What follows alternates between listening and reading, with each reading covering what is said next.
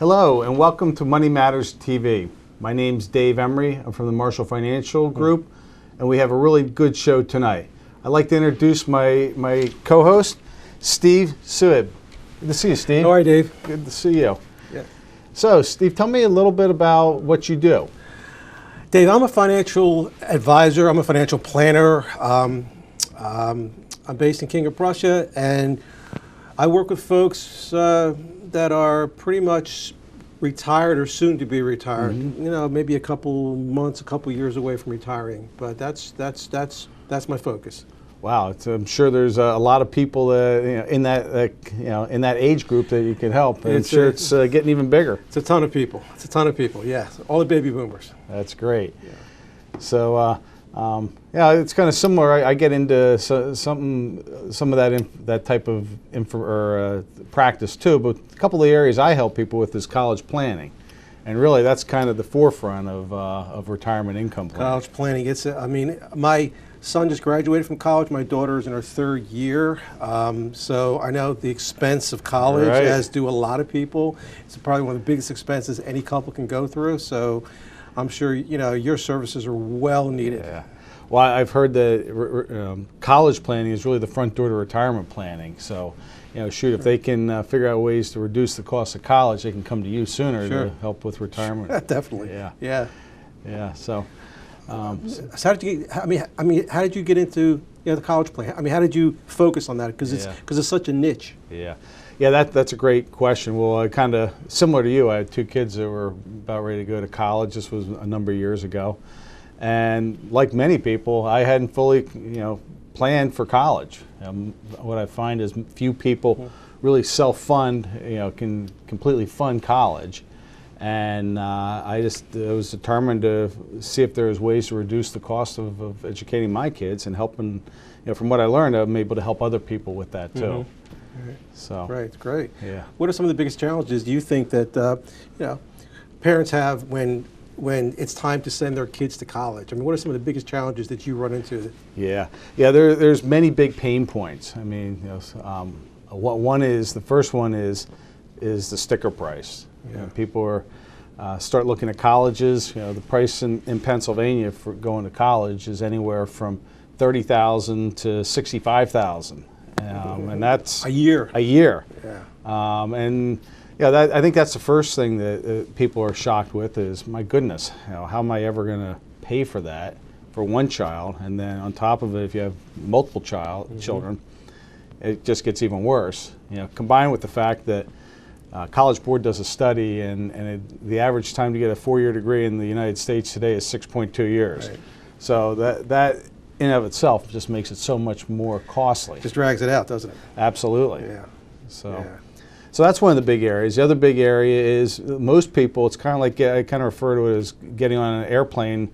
The person next to you may not be paying the same price that you are for airfare, and that's similar to college. So understanding how to reduce the cost by financial aid, having your family represented in the fairest light possible, such that you may qualify for financial aid, is big too. Mm-hmm. So that's another big area. And then the last big area is debt. I mean, student loan debt these days is just astronomical. Yeah. So, and one of the things a lot of people don't realize is that it's not just students, it's parents. And I heard something recently that student loan debt, loans taken out by parents, they're not dischargeable through bankruptcy.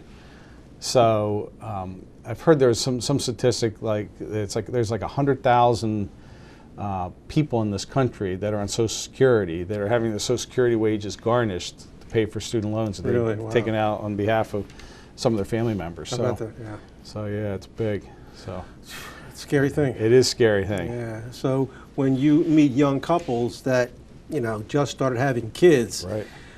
I'm assuming that you advise them to start now because it's never too soon to start, right? Yeah. You're right. I mean, but a lot of times life gets in the way, right? And things, cost of living goes up, and it just seems that there just hasn't been. People are saving for retirement, of course, but then the priority of saving for college seems to kind of get pushed down. Right. And before you know it, Yep. they're in It's high there. school It's and they're there. knocking on the door, That's right. going to college. Yeah, it's funny. After that, then you have marriage and weddings and things That's like right. that, so it never ends, does it? That's right. Yeah. Yeah. Well, that's good. So tell me a little bit more about yourself. Well, I've been a financial advisor since 1998. And, you know, it's funny how I got into this profession. I came from a totally different profession than what I'm doing now. Really? I've been doing this for about 19 years now. But honestly, my first profession, I kid you not, you won't believe it, but I used to be a chiropractor. Did you really? I used to be a chiropractor years ago. I was in practice for about 11 years. Excuse me. But even chiropractors develop bad backs. So I developed a bad back. I've been a weightlifter, bodybuilder all these years. I wrestled, did karate, did all that stuff. Yeah. And eventually my back just really started to act up on me. And excuse me, I have to grab some water here. Listen to my voice. Yeah. Well, you were a chiropractor. I actually had, this is a second career for me. I sold bearings. Really? So completely different. Oh We my just God, like same thing, right? yeah, similar. Absolutely, yeah. So anyway, I sold my practice in 1998. I was unemployed. I needed something to do. So I had some friends in this business, and they just, they said, "Look, you may be good at this. So why don't you become a financial advisor? Yeah. we'll help you a little bit. Get started as far as showing you what to do." Right. So really, that's the the genesis of really how I got into this business. Wow. So you have many chiropractor clients then, or? No, I have none. Really? None. That's something else. Yeah. None, zero. But so that's how I started. And also, plus my parents went to a financial advisor years ago before I was ever in this business, and he ended up losing money for them. Oh boy. So part of my decision as far as what to do next, I kind of looked back on that and I said, what, I don't want this to happen to any other person. So so I think I can help other people avoid what my parents had to go through. So that's that's another reason I got into it. What a great legacy for your to go through that and kind of honor your parents by getting into the business. Definitely, and helping other people. Sure. That's wonderful. Yeah, absolutely. So that's how I started. Yeah. So you ready for a question? Sure. We got a question from one of our people in the audience. Richard Finley of Exton writes or asks, what are some retirement planning mistakes that people make? So. Well, one of the biggest concerns people have when they come to me is, it's pretty universal. What they want to do is they really want to accomplish the same things. It's basically what folks want to do is they want to protect their money. They want to protect it. That's first and foremost. Right. Secondly, they want to get a reasonable return on their money, a reasonable rate of return on their money, and oftentimes they want to create income. Right. So we do a lot of income planning. So these are the problems that people usually come in, to see me about. Yeah. Some of the concerns I have when I see folks is oftentimes what a lot of folks are doing is they are investing their money as if they're still working. Okay? And oftentimes, people would have been retired by the time I see them for 5, 10 years perhaps, or more. And they're still investing as if they're still working. Now, a lot of folks, they remember the crash of 2008. Right. Where they lost, the average person lost 40 to 50% of their money in a year's time. Right. But a lot of these folks that I see were working back then. So yeah, they lost money, but they were still working. Yeah. But most maybe of those, they didn't sell out.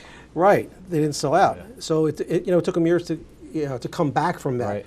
But a lot of those folks now are retired, and yet they haven't changed their thought process when it comes to risk versus not risking their money. Right. And oftentimes a lot of people, they ask me, well, how much risk should I take with my money? You see? Yeah. And there's no perfect answer to that question. So what I do is I tell them, look, why don't you just use the rule of 100? It's a rule when it comes to investing as far as how much risk to take. It's not a scientific rule. Right. It's just a basic rule of thumb. Okay. And the rule of 100 states that you just take the number 100, subtract your age from that number. I see. And so for instance, if you're 70 years of age, you subtract it from 100, you get 30. Right. What that means is that at 70 years of age, 30% of your money might be invested in some type of risk investment, either stocks, bonds, or mutual funds, anything that can go up and down in value. Right. But 70% of your money, or your age, in this example, should be invested in safer, principal protected type of accounts. Right. And that's just a good rule of thumb to follow for a lot of folks. So I tell them that, you know, look, just follow the rule of 100. Probably won't go wrong. Mm-hmm. That makes good sense. So yeah, I mean, some of the things that we've seen also is fear of running out of money. Oh yeah. I mean, big fear. You know, it's as you age, your ability to go back into the workplace and make the kind of money you're making. Yeah. It's just you know, it's unfortunate, but it's very difficult. It is. Yeah. Yeah. Yeah. So. What are the average ages of your clients? I'm assuming they're probably in their 40s and 50s, right? Yeah, we have quite a few. Yeah, anywhere from probably 40 to I'd say 55, 60. Yeah. I mean, kind of the people that are you know, at the age where kids are approaching going to college, right. and they're thinking about retirement too. Right. So, anyhow, before we get kind of way off track, let's kind of jump back and thank you, Richard Finley, for your questions, and you can here's where you can go send your future questions to. You can have your questions answered on Money Matters. Please go to our website, money-matterstv.com. On our homepage, click on the banner on the right that says Send Us Your Questions. While you're on our website, you can find information about our host and guests, as well as show notes and links about this show and past shows. Money Matters is also available as a podcast on iTunes and Stitcher, so you can listen to Money Matters while you're on the go. That website address, again, is money, M-O-N-E-Y, -matters, M-A-T-T-E-R-S, TV.com. Okay, welcome back. So let's turn a little bit, and I'd like to learn a little bit more, Steve, about your practice. Sure. So what are, you know, how do you get most of your clients? Tell me a little bit about your clients. You talk a little bit about that. But. Yeah, a small percentage is from referrals. I would say maybe 5% of my clients comes from referrals, but the bulk of it comes from seminars. We give a lot of seminars. We give a lot of financial workshops, I like to call them. Right. I give about maybe anywhere between 1 and 3 a month. Wow, somewhere you're busy. in that range. Yeah. So we do a lot of them. They're held at restaurants around the metropolitan Philadelphia area. And we mail out to the general public. People come, and the programs last roughly an hour and a half, maybe at the most. After the program is over, we feed them, and honestly, that's how I get most of my clients. It's pretty simple. I've been doing seminars since 2000. Wow. So I've given quite a few. Yeah. Yeah. That sounds good. So pretty much informational. What some of the areas? Yeah, we cover a lot of different topics. We cover, we cover investments. We cover, we cover income planning. We cover safety of principal. We cover just so many topics. We'll cover Roth conversions. We'll cover just a bunch of different things, really. It sounds like there's a lot of little mini specialties you get involved with. It's a lot. Yeah, it's not just, it's quite complex. I mean, the old days of having Social Security and a pension, it seems like, at least pensions, they kind of going by the wayside. Well, that's true, and it's funny you mentioned pensions, because that's why we do a lot of income planning. Because say that you're lucky enough to have a pension from where you used to work. Right. And let's say you have a $1,000 a month pension. Let's say you're retired, your wife's retired, you have a $1,000 a month pension coming in. At a 3.5% rate of inflation, that pension is cut in half in about 15 to 20 years. Right. So it only buys half of what it bought 15 to 20 years from now. So that's why it's important. Also, people don't realize that if you have a husband and wife, and let's say he has a pension of $1,000, he has Social Security coming in at $2,000 a month, and let's say she has Social Security coming in at $1,500 a month. So there's what, a $4,500 per month flow of income. Right. But if he dies first, and he has a 50% survivorship benefit, half of his $1,000 a month pension goes away. So she loses $500. She loses her Social Security check of $1,500. So she's out $2,000 a month. Big impact. Huge impact, right? That's why we do a lot of income planning in our practice, and because it makes sense that people want to, want to address that. So. Yeah, it seems like taxes too. I mean, so you got inflation that keeps whittling away at your standard of living, but then also taxes too. Taxes are key. And we touch on that at the programs and also in the office too, because yeah, you're right. Most people's assets are pretty much in qualified accounts, IRAs, 401ks, that's where most people have the bulk of their assets. So as you know, when one turns 70 and a half, they've got to start taking out the requirement of distributions, and it's all taxable. So yeah, that has to be addressed. Yeah. Yeah. Well, at least Pennsylvania gets a little break because I guess they don't tax your retirement income. Right. But Uncle Sam certainly does. Uncle Sam does, right. Yeah. So when somebody comes into your office for an appointment, what can they expect? Well, basically, Dave, I mean, the first visit is just to get to know you, visit. That's all it really is. We sit down. I want to know what your goals are, what your aspirations are, what your concerns are, what keeps you up at night, if anything. Yeah. That kind of thing, and I want to find out if where you currently are. Yeah. How your money is structured is commensurate with those things, right? Or is there a disconnect there somewhere? So it's just a get to know you session. Nothing is bought or sold or moved or changed or anything like that. Yeah. And the only decision most folks have to make after the first appointment is, do you want to set up a second appointment? That's really it. That's nice. Yeah. Yeah. So what are some of the ongoing problems or concerns you see with retirement income planning? Well, again, the biggest problem I see, you mean from my point of view or from the client's point of view? I guess I'd say from the client's perspective. Yeah, the client's perspective is again, generally, it's universal. I see it all the time. People want to protect what they have. They don't want to lose their money. They want to lower their tax implications from their accounts, which you just spoke about. They want to maybe generate some income.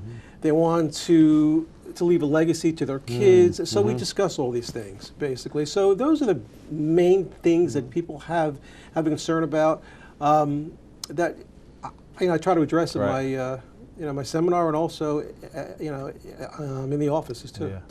What does your typical client look like?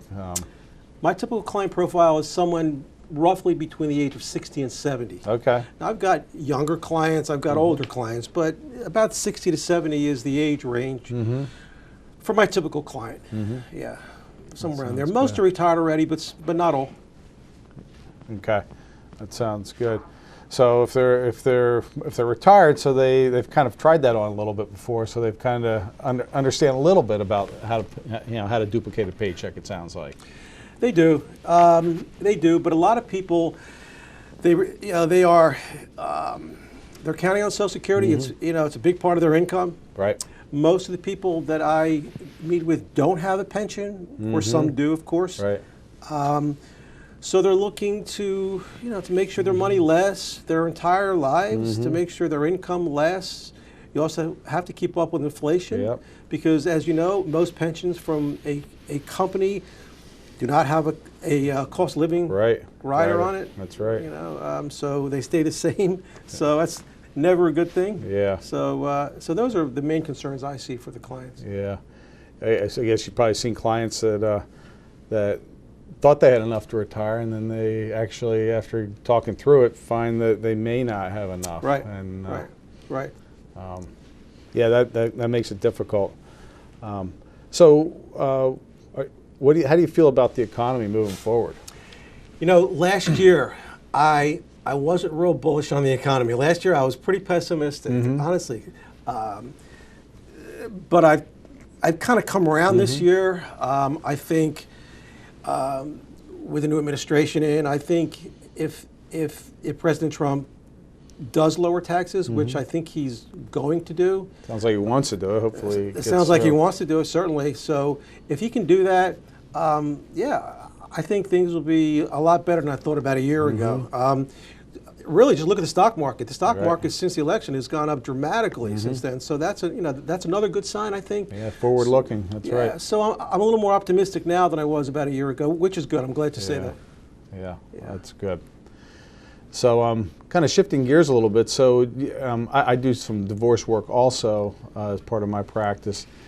How does that impact retirement planning? Do you have any clients that you've had that have been going through divorce? And I mean, I have a few clients, probably not as many that you have, because I think your client base may be a little younger than mine. So you probably have a lot more people that are going through divorce or are newly, going down that I've road. newly gone through divorce.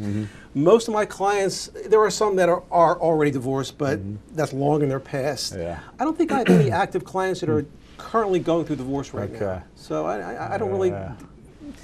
That's not good. an issue in my practice that much. I'm sure it is with yours, though. Well, it's interesting. I guess the reason I brought it up is there's a kind of a new term in the whole divorce planning industry, and it's called gray divorce.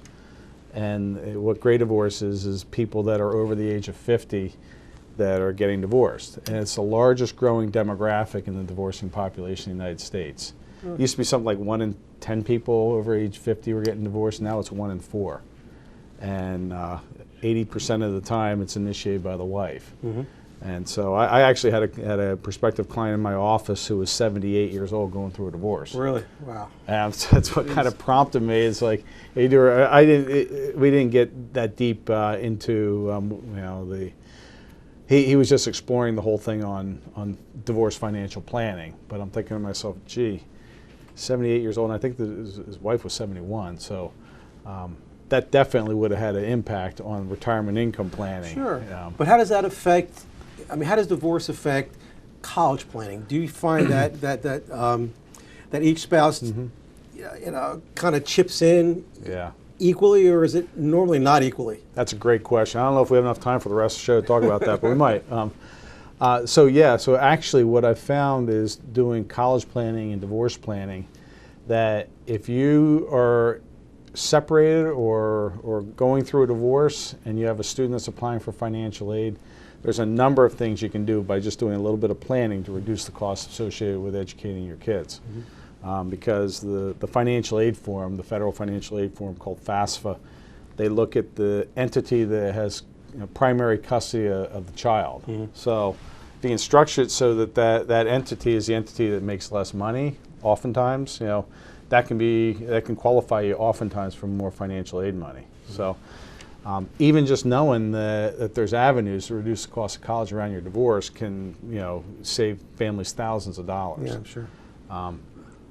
So it's pretty interesting because here in the state of Pennsylvania, you don't have to pay to educate pay for college. So it's not forced upon you. It's not forced. There, I think in New Jersey it's a little bit different.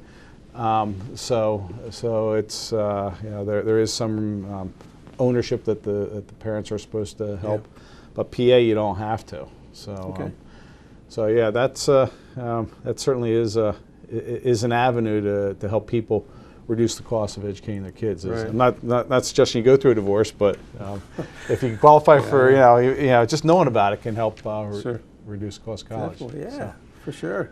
so good. Any other questions you have? I'd be happy. I can stay here all day. Yeah. So I guess one. Is there anything in the form of advice you would like to impart to the audience just about your practice? We only have a couple more minutes left here. Yeah, I mean, if I were to impart anything on to the folks, I mean, I would say, look,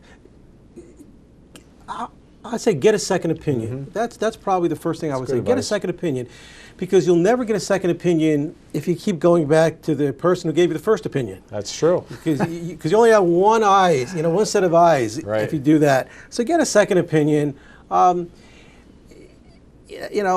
many things change in my industry, in our industry. Right. So if you're getting advice from one person and one person only for years and years, you may be missing out on a lot of things.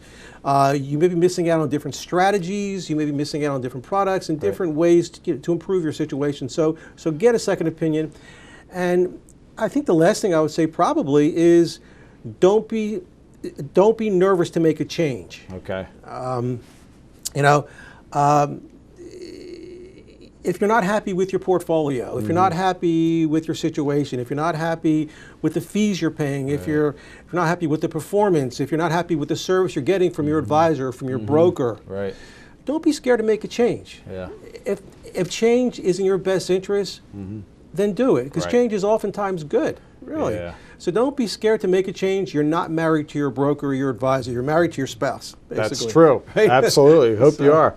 So yeah, I think that's great advice. I think a lot of times people, it's just the inertia on getting that second opinion sometimes. And plus, finances are private. People, you got to get a level of comfort before before you can do something like that. Certainly. So yeah, I agree with that too. I guess I'd say from perspective of when we're helping clients, you know, planning, getting a second opinion is good, but also planning. I mean, the people that do planning, whether it's be retirement income planning, college planning, divorce planning, those people that do just a little bit of planning come out so much further ahead than those that react. You know, they certainly do, and there are studies that have been done that show even if people just go online and use an online calculator to help with their finances, they usually do better in the long run. Yeah. Yeah, very true. So, yeah, absolutely. Okay. Well, coming down, we have just 1 minute left, and I I wanted to introduce the next guest for next week's show. The guest for next week's show is David Weidman of Weidman Consulting. He's a PhD, so it's going to be a very interesting show. And wanted to just say thank you for watching Money Matters, where your money matters.